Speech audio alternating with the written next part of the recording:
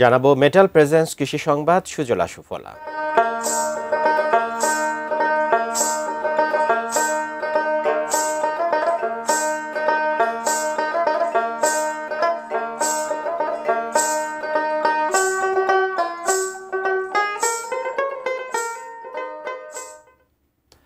মানিকগঞ্জে নানা জাতের শাকসবজি আবাদ করে লাভবান হচ্ছেন কৃষকরা।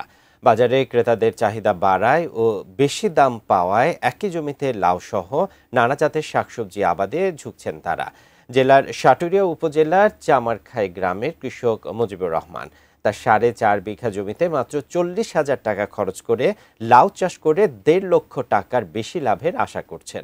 অপরদিকে একই উপজেলার ফুকুরহাটি গ্রামের মোর্শেদ আলী 1 বিঘা জমিতে একই সাথে করলা, শসা ও লাউ চাষ করে স্বল্প খরচে অধিক লাভের আশা করছেন। এ বিষয়ে কৃষকদের প্রণোদনা সহ সব ধরনের সহায়তা দিচ্ছে বলে জানায় কৃষি বিভাগ। সারও কম লাগে, আমরা লেবারও কম, খরচ বাদে আপনার ওই 4.5 বিঘায় আপনার ওই লাখ 1.5 টাকা থাকার একটা সম্ভাবনা আছে। 1 বিঘা জমিতে শসা আর উস্তা খরচ হয়েছিল 40,000 টাকা, বিক্রি করছি 70,000 টাকা। তারপরে লাউ দিছি, লাউ 20-25 টাকা বিক্রি হবে, মোট তাতে সর্বমোট লাখ টাকার মতো আমার বিক্রি করা হবে।